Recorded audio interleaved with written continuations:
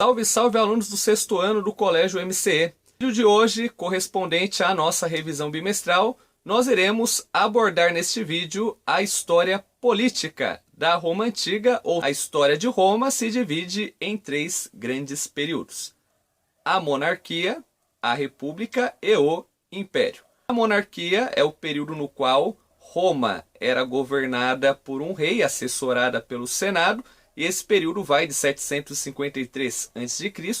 a 509 a.C.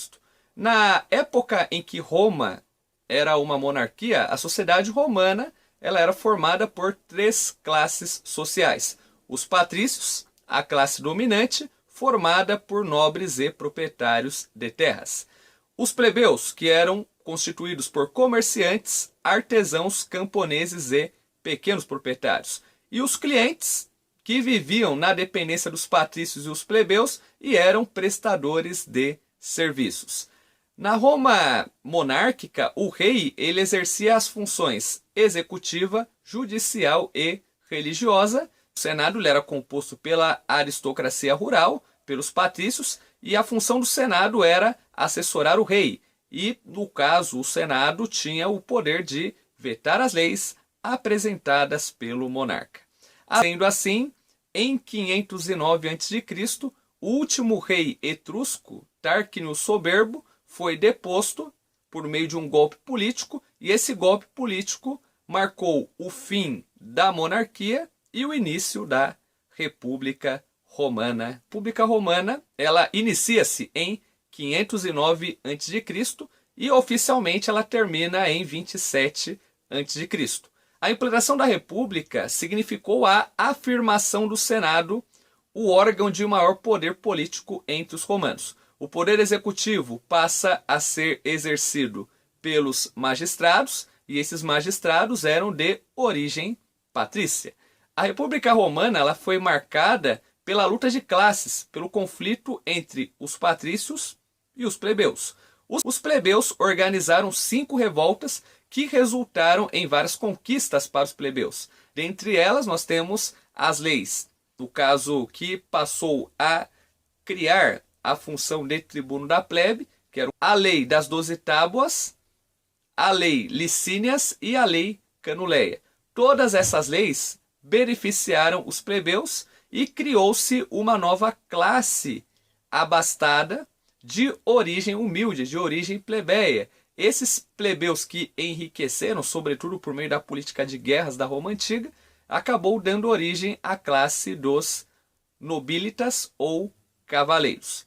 A expansão romana, praticamente, ela tem seu início lá no século IV a.C., onde os romanos eles conquistam primeiramente toda a Península Itálica, expande-se para o domínio sobre a Península Ibérica, e um ponto determinante foram as chamadas Guerras Púnicas. Essas Guerras Púnicas elas duraram entre os anos de 264 a 146 a.C.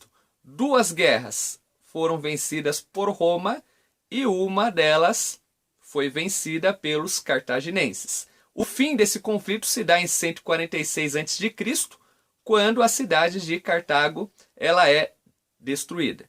Em pouco mais de 100 anos, toda a bacia do mar Mediterrâneo já era dominada pelos romanos. E no que diz respeito à questão política, na República Romana, a escravidão ela era a base de toda a produção e o número de escravos ultrapassava o de homens livres. Para equilibrar as forças políticas, em 60 a.C., o Senado indicou a formação de 3 políticos para o consulado. Esses políticos eram Pompeu, Crasso e Júlio César, que formaram o primeiro triunvirato. Não se esqueça, primeiro triunvirato ele era formado por Pompeu, Crasso e Júlio César. Porém, esses líderes eles eram rivais, e Júlio César ele acaba sobressaindo sobre Crasso e Pompeu, e com isso ele estabelece uma série de reformas populares, fato que desagradou o Senado. Culminou no assassinato de Júlio César dentro das dependências do Senado. Após a morte de Júlio César, é instituído o segundo triunvirato, e disputa pelo poder. Otávio ele vence Marco Antônio, ele vence Lépido, recebeu diversos títulos que conferiam grande poder, e no ano 27 a.C., o Senado atribuiu o título de Augusto. O Império Romano começa em 27 a.C., disfarçado de principado, e termina em 476 d.C. O Alto Império foi um período de prosperidade e foi um período que ocorreu 200 anos de paz. Esse período de 200 anos de paz ficou conhecido como a Pax Romana, ou a Paz Romana.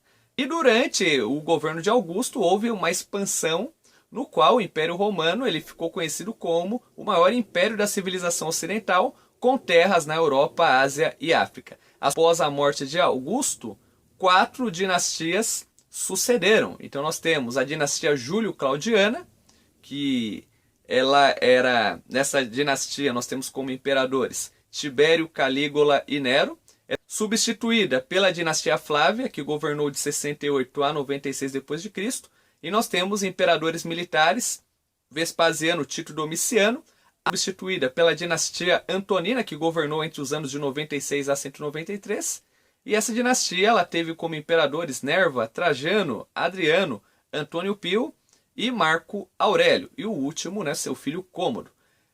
Logo depois nós temos a última dinastia, que foi a dinastia Severa. Essa dinastia ela teve como imperadores Sétimo Severo, Carácala, Macrino, Heliogábalo, Severo Alexandre. Entre os principais fatores que levaram à queda do Império Romano, nós podemos colocar como principais as invasões germânicas. Fora isso, nós temos a crise em relação à produção agrícola, o fim da escravidão por conta do fim das guerras e a crise de abastecimento, tal como os altos impostos. O imperador Diocleciano, que dividiu o império em 4 partes, criando a tetrarquia.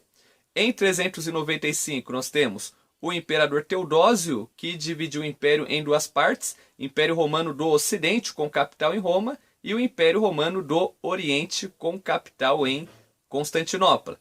Em 476, o rei Odoacro, de uma tribo germânica conhecida como Érulus, eles invadiram a cidade de Roma, conquistaram e expulsaram do trono o último imperador, Rômulo Augusto, finalizando o Império Romano do Ocidente. Pessoal, eu espero que vocês tenham gostado dessa aula e até o próximo episódio.